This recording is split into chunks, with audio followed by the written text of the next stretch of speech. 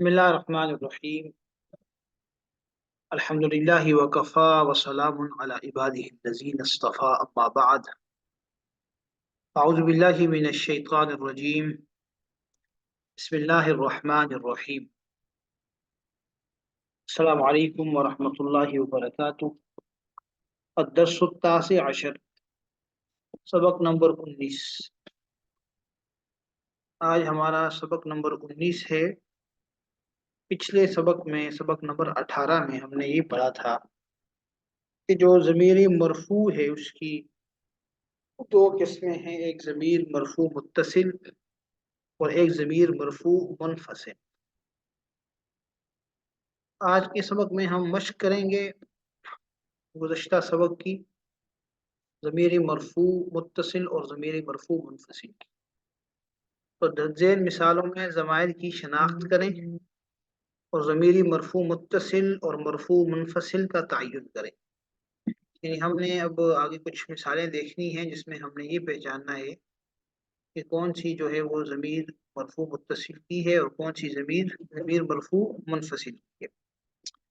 تو ہمارے سامنے پہلی مثال ہے فہمت دروسی۔ فہمت دروسی، اس کا ترجمہ یہ ہے کہ میں نے اپنے اسباق سمجھے، میں نے اپنا سبق سمجھا یا اسباق سمجھے۔ دروس درس کی جمع ہے، درس سبق کو کہتے ہیں۔ فہمتو کا معنی میں نے سمجھا، یعنی میں نے اپنے اسباق سمجھ لیے۔ فہمتو دروسی، اب تک جو ہم نے ضمائر پڑھے ہیں ضمیر مرفوع کو پڑھا ہے، اس لیے ہم صرف ضمیر مرفوع کی مثال یہاں پہ دیکھیں گے۔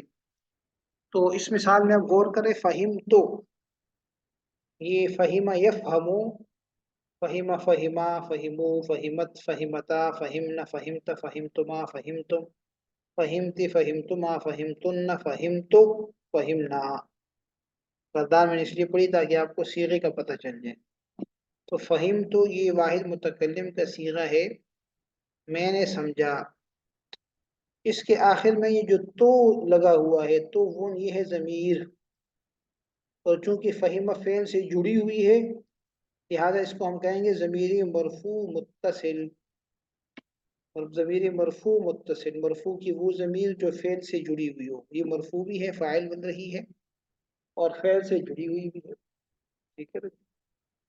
دروسی کے اندر یا ضمیر ہے لیکن ابھی اس کو پڑھا نہیں ہے، اور یہ ضمیر مجرور کی ہے، ٹھیک ہے جی۔ انشاءاللہ اس کو پھر بعد میں جب ضمیر مجرور پڑھیں گے وہاں ان کی مثالوں کو دیکھیں گے۔ اگلی مثال ہے انت تأمر ونحن نطیع۔ انت تأمر، تو حکم دیتا ہے، ونحن نطیع، اور ہم اطاعت کرتے ہیں۔ اس مثال میں اگر دیکھا جائے تو ضمائر تو کافی سارے ہیں۔ انت بھی ضمیر ہے، تأمر کے اندر بھی انت ضمیر ہے، نحن بھی ضمیر ہے، اور نحن کے اندر نطیع کس کے اندر بھی نحن ضمیر ہے۔ لیکن یہ ضمیر کی ایک اور تقسیم ہے جس کو ہم ضمیر بارز اور مستتر کہتے ہیں، تو انشاءاللہ ہم اس کو بعد میں پڑھیں گے، تو اس وقت میں انشاءاللہ یہ چیزیں آپ کو بتاؤں گا۔ تو یہاں پہ دیکھیں انت، انت ابھی آپ نے ضمائر پڑھے ہیں، انا، نحن، انت، انتما، انتم، تو انت کون سی ضمیر ہوئی؟ ضمیری مرفوع متصل، ضمیری مرفوع متصل۔ تو یہ انت تامر، انت تامر ونحن نطیع، اس میں جو انت ہے یہ انت ضمیری مرفوع منفصل کی ضمیر ہے، ٹھیک ہے جی۔ اسی طرح آگے جائیں، نحن، یہ بھی ضمیر مرفوع منفصل کی ہے، ابھی جو آپ نے گردان پچھلے سبق میں پڑھی ہے، انا نحن، انا نحن دوسرے نمبر پر یہ صیغہ آ رہا ہے، ٹھیک ہے نا جی۔ تو انا نحن، تو یہاں پہ انت اور نحن یہ دونوں جو ہیں وہ ضمیری بارز مرفوع منفصل ہیں، ٹھیک ہے، ضمیری مرفوع منفصل کی ضمیر ہے، ٹھیک ہے۔ تو اس مثال میں انت اور نحن یہ دونوں ضمیر مرفوع منفصل کی ضمیر ہے، ٹھیک ہے جی۔ ضمیر مرفوع منفصل یعنی مرفوع کی وہ ضمیر جو فعل سے الگ ہو کر آئے، فعل سے جڑ کے نہ آئے، تو یہ کسی فعل سے جڑے ہوئے نہیں ہے، بالکل الگ ہے۔ اگلی مثال دیکھتے ہیں، العاملات بدأنا العمل، بدأ یبدأ شروع کرنا، ابتدا کرنا. العاملات کام کرنے والی عورتیں، کام کرنے والی عورتوں نے کام شروع کر دیا. بدأ یبدأ، جی بدأ جمع مؤنث غائب کا صیغہ ہے. ٹھیک ہے جی. بدأ بدأ بدأو بدأت بدأتا بدأنا. تو بدأنا جمع مؤنث غائب کا صیغہ ہے. تو یہاں پہ اس مثال کے اندر ضمیری مرفوع متصل بدأنا کے اندر نہ ہے، نون زبر نہ، یہ ضمیر ہے. جمع مؤنث کی نون کہلاتا ہے، یہ ضمیر ہوتی ہے. ٹھیک ہے نا جی. تو یہاں پہ ضمیری مرفوع متصل بدأنا کے اندر نون ہے. ٹھیک ہے. آگے چلتے ہیں. انتی تبدین السرور، انتی تو ایک عورت، تبدینا ظاہر کرتی ہے، السرور خوشی کو. ابدا یبدی ابدان کا معنی ظاہر کرنا. تو تبدینا اسی سے ہے، یہ فعل مضارع ہے. تو انتی تبدین السرور، یہاں پہ آپ دیکھیں انتی، یہ انتی جو ہے وہ ضمیری مرفوع متصل بارز ہے. ٹھیک ہے نا. ضمیری مرفوع منفصل ہے، بارز مستتر میں کہہ دیتا ہوں، اصل میں باقی چیزیں ذہن میں ہوتی ہیں، آپ نے کنفیوز نہیں ہونا. یہاں یہ سمجھنا کہ ضمیری متصل کون سی ہے، مرفوع متصل، اور ضمیری مرفوع منفصل کون سی ہے. تو انت جو ہے ضمیری مرفوع ہے لیکن منفصل ہے. ٹھیک ہے جی. اگلی مثال ہے یساعدون الفقراء، وہ سب مرد مدد کرتے ہیں غریبوں کی، فقراء کی، کمزوروں کی.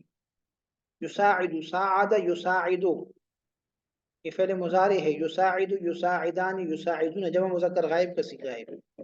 اس میں جو واو ہے یہ ضمیری بارز ہے، ضمیری مرفوع متصل ہے، ضمیری مرفوع متصل ہے. جیسے ماضی کے اندر ضمیر مرفوع متصل ہوتی ہے، اسی طرح فعل مضارع میں بھی ہوتی ہے. ٹھیک ہے.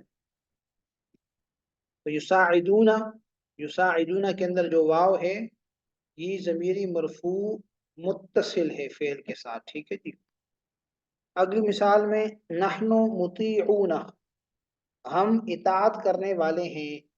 نحن یہ ضمیر ہے، ضمیری مرفوع منفصل، مرفوع کی ضمیر ہے لیکن فعل سے الگ ہے. اگلی مثال دیکھیے گا. الاغنیاء وعدوا بفعل الخیر، الاغنیاء یہ غنی ان کی جمع ہے، مالدار لوگ. وعدوا انہوں نے وعدہ کیا، یعنی مالداروں نے وعدہ کیا، بفعل الخیر اچھے کام کرنے کا، خیر کے عمل کا وعدہ کیا، اچھا یعنی اچھے کام کرنے کا وعدہ کیا. تو اس مثال میں جو فعل ہے وہ ہے وعدو، یہ فعل ماضی کا صیغہ ہے. وعدہ وعدا وعدو، فعل ماضی جمع مذکر غائب. اس کا فاعل جو ہے وہ واو ضمیر ہے، واو. تو یہ واو ضمیر مرفوع متصل کی ہے، مرفوع کی ضمیر ہے، فاعل بن رہی ہے، اور متصل ہے، فعل سے جڑی ہوئی ہے. تو الاغنیاء مالداروں نے وعدہ کیا خیر کے کرنے کا، اچھے کام کرنے کا. ہوا طاہر القلب، وہ دل کا صاف ہے. طاہر القلب یعنی صاف دل والا ہے وہ. یہاں دیکھیے گا ہوا یہ ضمیر ہے اور ضمیر مرفوع کی ہے، ضمیر مرفوع منفصل، فعل سے الگ ہے، جدا ہو گیا، رہی متصل نہیں ہے. ٹھیک ہے نا جی. آپ نے جو اوپر گردان پڑھی تھی انا نحن انت انتما انتم انتی انتما انتن، ہوا، تو ہوا وہاں پہ تھا. ٹھیک ہے نا جی. اگلی مثال ہے سمعنا، سمعنا النداء، سمعنا ہم نے سنی، ندا آواز. ندا آواز کو بھی کہتے ہیں، اور ندا کا لفظ اذان کے لیے بھی بولا جاتا ہے، یعنی ہم نے اذان سنی. سمع یسمع، سننا فعل ہے یہ. سمعنا یہ ماضی ہے، اور فعل ماضی کا صیغہ جمع متکلم ہے. سمع، سمعا، سمعو، سمعت، سمعتا، سمعنا. سمعت، سمعتما، سمعتم. سمعت، سمعتما، سمعتن. سمعت، سمعنا، بالکل اینڈ والا صیغہ، آخری صیغہ جمع متکلم.